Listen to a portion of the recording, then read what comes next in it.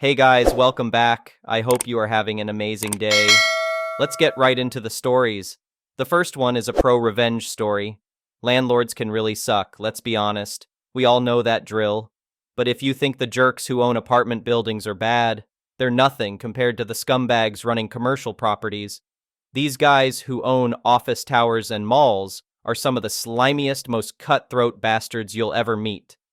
This little tale is about one such dirtbag commercial landlord, and how I stuck it to him good. It was back around 2015 or so.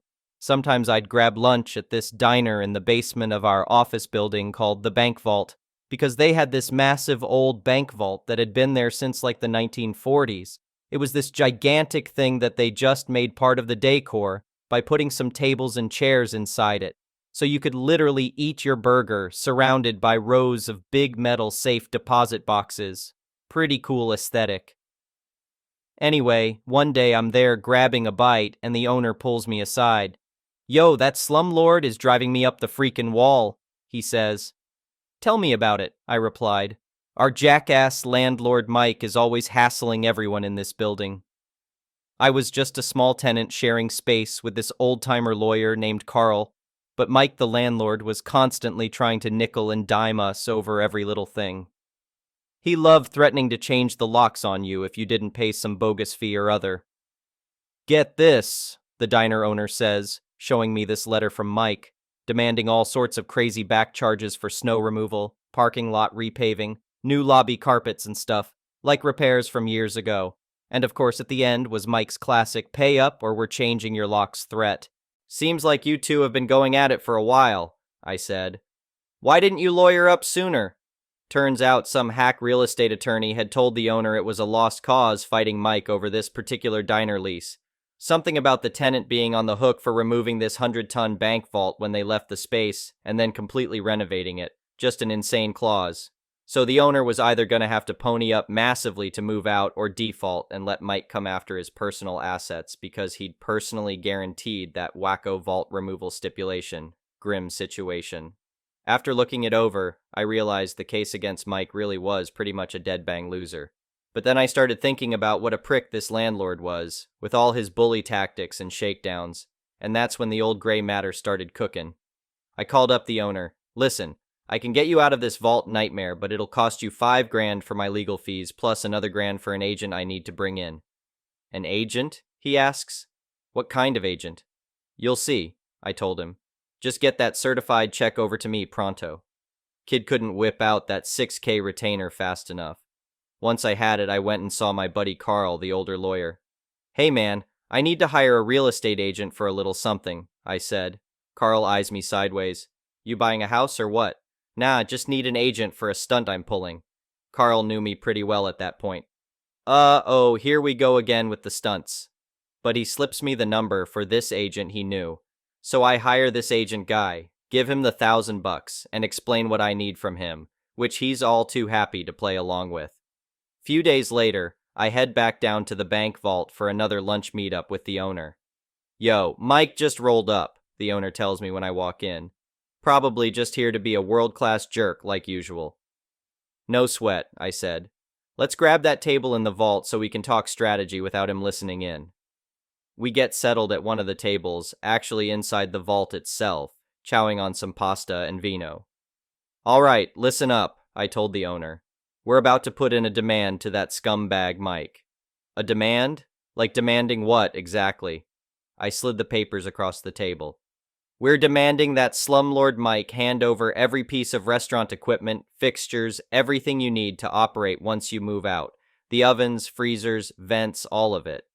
The owner is confused, but the lease clearly states I can take all that stuff. The vault is the only issue, which is fine because I don't even want that stupid vault. I shook my head.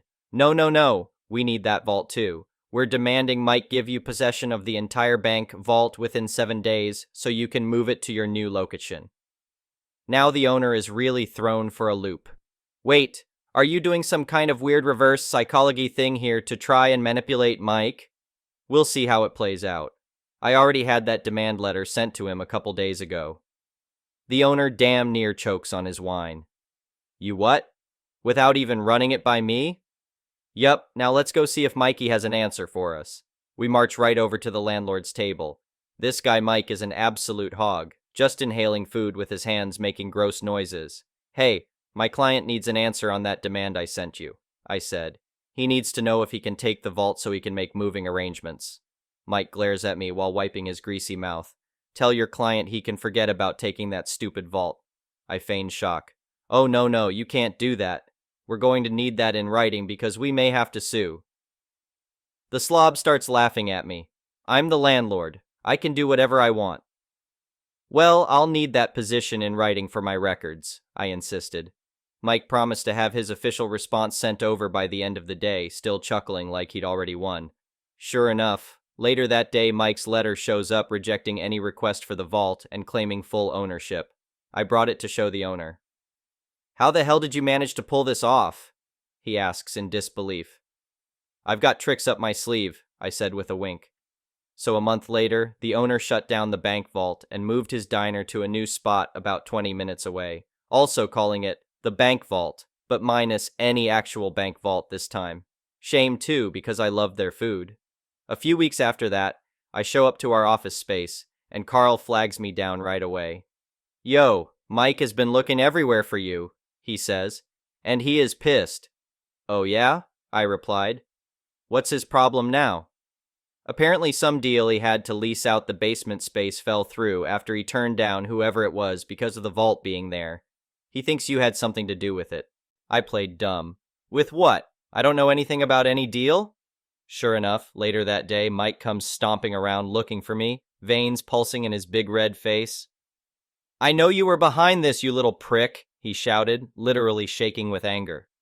That offer from an agent to lease out the basement was all just a ploy so your client could skip out on removing that goddamn vault. Well, I'm going to sue every damn one of you. That agent, the owner, and especially your shyster ass. I held up my hands innocently. If you're looking to file suit, I'm afraid I'm going to have to withdraw for conflict of interest reasons. Mike waddled off, face still burning. But of course the raging jackass never did sue, because he had no grounds.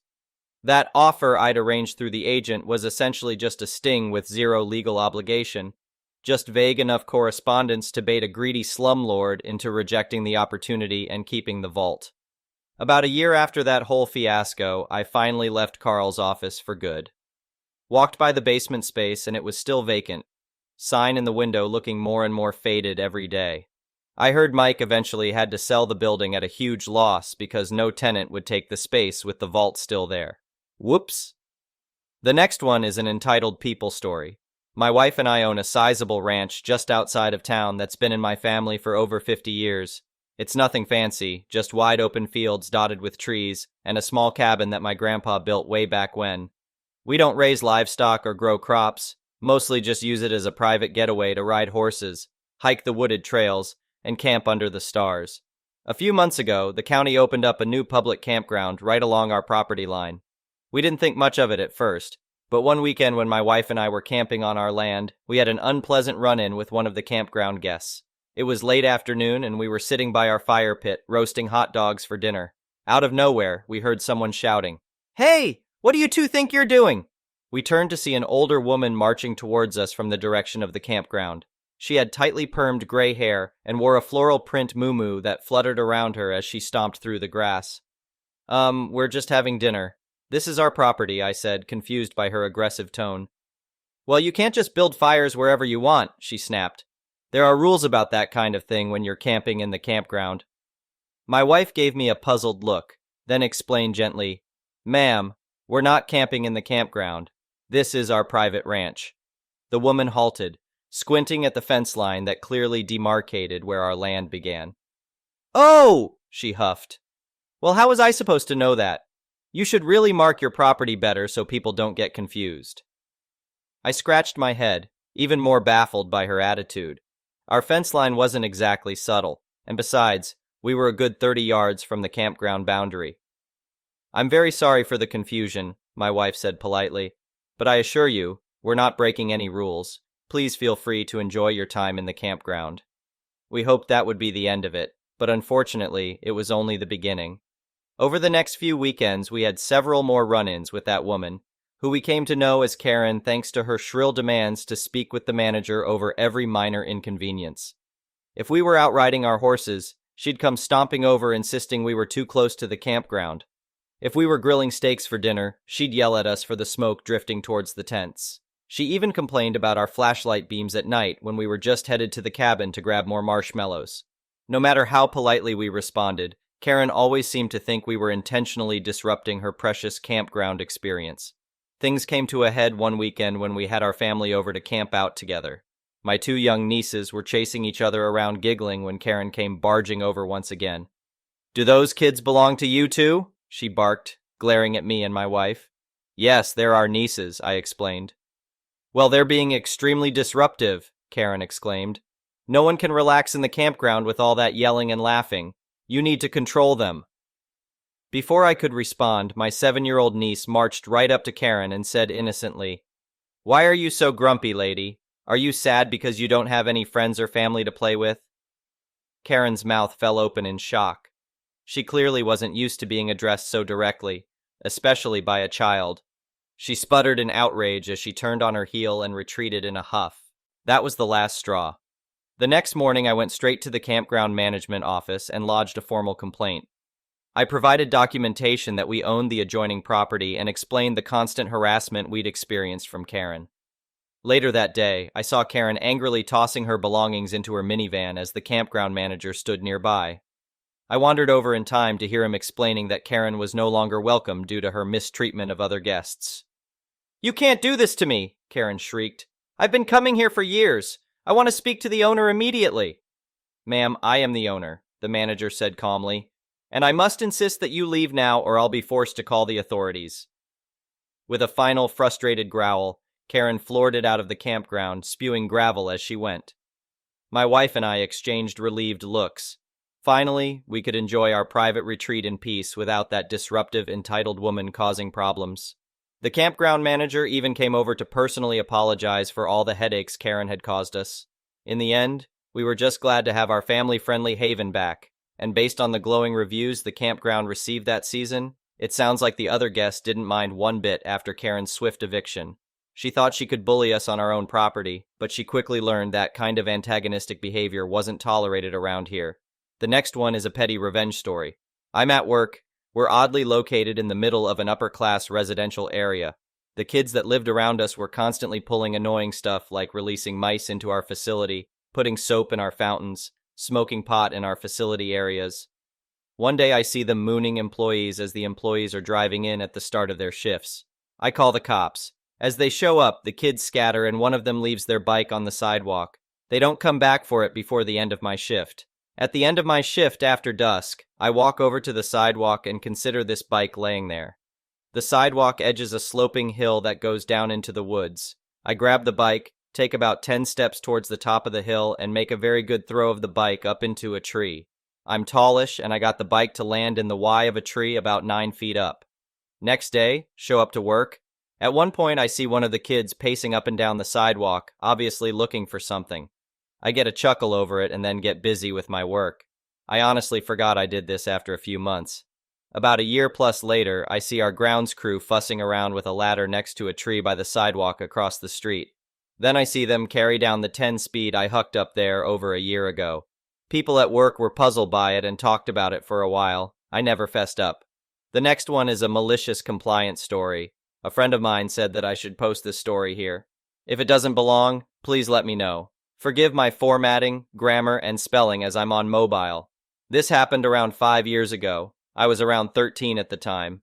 My cousin and older brother were going to be hosting the family reunion that year. It was the first time hosting for the both of them. It was held over 3 days, Friday, Saturday, and Sunday. Friday night was a small welcome party at my cousin's house. Saturday was sightseeing followed by dinner and games at a local hotel. Sunday was church. My brother was only around for Saturday as he had to work Friday night and he's not a church-going person. The restaurant my brother worked at was catering the Saturday dinner. So to save money, he enlisted some of his friends and girlfriend to help set up and serve. The prizes for the games included gift cards, gift certificates to the restaurant my brother worked at, and some other stuff. They were even raffling off a painting my brother's girlfriend did, just for the reunion. She was going to college for art, I believe. It was absolutely beautiful, and everyone wanted it. My brother and his friends got to the hotel early Saturday morning to set up, then went to pick up the food from the restaurant. These guys did a great job, as the dining hall looked amazing. Everyone had arrived by the time they got back with the food. The restaurant was on the northwest side of town, about a 30-minute drive depending on traffic. They set up and start serving. Now I should point out that Bro's friends were working for free. They still got to be a part of the festivities and hang out with the family. This was also his girlfriend's first time meeting the family. Everyone was seemingly having a great time, with one exception, Karen. She was my grandma's cousin, I think. Karen didn't like the fact that non-family was a part of our reunion, and she was very vocal about it. For the most part, everyone ignored her. That didn't last long, though. Karen decided that she wanted seconds on food and walks up to the food table. At this point, everyone was well into playing cards, chatting, or whatever. In her best, I want to see your manager voice, she goes, "Where are the damn servers? We are not paying them to sit around and have fun. Hope that you remember that, bruh's friends aren't getting paid." She marches over to the table, bro. His friends and I are sitting at and goes, "Either they do their damn jobs or they leave." My brother isn't fond of being talked down to or someone disrespecting his friends. He kindly explained to Karen that they were doing us a favor and are welcome to enjoy themselves as well. But Karen isn't having it. Instead of causing a scene, my brother just said, "Duck it, brother," to his friends. "Well, you heard the idiot. I guess we got to leave. Let's pack up and go to the bar." Without missing a beat, they stopped what they were doing and started packing up. All the equipment from the restaurant was loaded into cars. Food was placed on the tables and started to go cold. Decorations were taken down and loaded up. They had loaded up whatever they could carry with them in 30-minute time. All that was left was tables, chairs, food, prizes, and the painting. They said their goodbyes and just left. Everyone is stunned by what they had just witnessed. Leave it to Karen to duck it up for everybody. With the mood soured, we held the raffle for the painting and called it a night. Luckily, my great-aunt won the painting. It's still hanging up in her house to this day. Chats in the aftermath. We as a group had to clean up the mess, just so my cousin could get his deposit back. My brother, of course, didn't show up for the church service. Then there was Karen. She was shunned because of her actions. She hasn't been welcomed at a family reunion since. Oh, I forgot, the painting was of the family farm in North Carolina. I recently found out that it going to be passed down when my great-aunt passed. The next one is an entitled people story. To cut to the chase, my wife and I spent 4 years trying to get pregnant before the age of 35. We are currently 33 and are blessed with a wonderful infant son. My wife has a younger half-sister with whom she has been in limited contact for some time. The woman is entitled and toxic, and also her mother's favorite child. We have refused to let her or my mother-in-law into the house since they both blatantly tried to steal my wife's jewelry box a couple of years ago. The box contained a lot of valuable jewelry inherited from my wife's grandmother. The jewelry is now in a safety deposit box as per my suggestion. My wife and I had nearly given up trying to conceive when it suddenly happened, and we were ecstatic. After we found out we were having a boy, we started looking into names. I ended up suggesting the name of my Scottish grandfather, and my wife loved it, so that is the name we settled on. But we made the mistake of posting about it on social media. No surprise to the stereotype in this mess, my sister-in-law was pregnant too, and was months further along than my wife, and also having a boy. She decided to claim my grandfather's name for her own son, not just the first name, but the middle name too. We called her, angry over what she was doing, and she smugly told us there was nothing we could do about it, which she was sort of right about. There was nothing we could do about it legally, as it is still not a crime to steal planned baby names. We realized that drama was exactly what my sister-in-law wanted.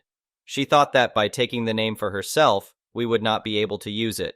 I laughed and told her that while what she did was underhanded, we would keep our chosen name.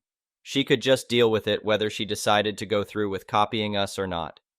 Well, my sister-in-law's baby father called me and said I was unreasonable for still wanting to use the name after my sister-in-law claimed it. I said she claimed nothing. Since we could not own the name, neither could they. Before he ended the call, he threatened me by saying I would be sorry if we did not change the name. Then he hung up before I could respond. Months later, my sister-in-law had a healthy baby boy and named him my grandfather's name. We did not show up for the birth, both because of the pandemic and because we simply did not care to be there. My sister-in-law called us wanting congratulations, but we told her we simply did not care, and that if she was still insisting we change our baby's name, then she would be in for some big disappointment because we were not. My sister-in-law demanded I put my wife on the phone, but it was already on speaker, and my wife spoke up and said she agrees with me entirely. We were not changing the name. My sister-in-law hung up on us, but soon started sending emails with walls of text suggesting names, even similar ones. I responded back that the name was from my grandfather, and that is why we were not changing it. She stopped, and we did not hear from her again until after our own son was born. 2 months later, we were blessed with our son. He came out perfect, and we named him just as we had intended. No surprise, my sister-in-law called us a few days after the birth to scream in our ears that we copied her son's name. I pointed out she was the real copycat since she had no familial ties to the name, and we did, and anyone who looked at our family trees could see that. Then my wife spoke and said after the attempted theft of her grandmother's jewelry, she no longer considered my sister-in-law her sister, and would have nothing to do with her nephew either. For months we were bombarded with messages and emails from my wife's side of the family. Half were on our side after finding out the whole story, the other half were not. True to his word, my sister-in-law's baby father showed up at my door to make me sorry. I am not sure what his plan was, but I tower over him. I am 6 feet 1 inch and well built from regular exercise and 3 trips to the gym a week. He, on the other hand, was very skinny and about 5 feet 6 inches with a baby face that was poorly hidden by a slim beard. I told him my house has cameras and to get off my property and never come back. He just yelled a few obscenities at me and drove off in his beat-up old car. My sister-in-law and mother-in-law called us from a different number to yell at me for making my sister-in-law's baby father feel emasculated. I did not even threaten the man, just told him to leave and not come back, and if he did not want to feel emasculated, then he should not have come knocking. Then they tried to bring up the issue of the baby name again and demanded we change our son's name as he is so young, so there is still plenty of time to do it. We held our ground and told them they were bonkers to still think they were in the right after they copied our choice of name just to try and get one over on us. I said my sister-in-law did not even name her son out of love, but out of spite just to try and stick it to my wife for no good reason. Then my wife called them both out on the way she was treated growing up, how entitled my sister-in-law and mother-in-law have always been, and how she was glad to leave them far behind, and she wants nothing from them and they will have nothing from us. That left my sister-in-law sobbing, and my mother-in-law called me a royal bastard before hanging up the phone. That was no contact again for a little while until my sister-in-law called us again sometime later to bitterly tell us we had won. She and her baby father got in a huge fight, and he left. He was apparently very upset that my sister-in-law did not let him even give their son a middle name from his family, and he said he was sick of the nonsense and wanted his son named after him and not some guy he was not even related to. My sister-in-law finally caved, and they got the boy's birth certificate reissued with a completely new name, which cost my sister-in-law around $500 or so she claims. My sister-in-law then demanded we at least compensate her for the name change, plus another $100 for the emotional damage, as now she is going to have to get used to calling her son by a different name. We laughed and said this would have never happened if she had not stolen our baby name to begin with, and we did not owe her anything. Since then, we have been in no contact with my sister-in-law and mother-in-law. But my father-in-law, who is a very nice man and divorced from my mother-in-law for obvious reasons, would come by often and loves his grandson. From what he and other relatives told us, the situation between my sister-in-law and her baby father was pretty tumultuous. But we do not care. Not our monkeys, not our circus. Thank you for watching. I would really appreciate it if you could like the video and subscribe to our channel if you haven't already. We'll see you again tomorrow.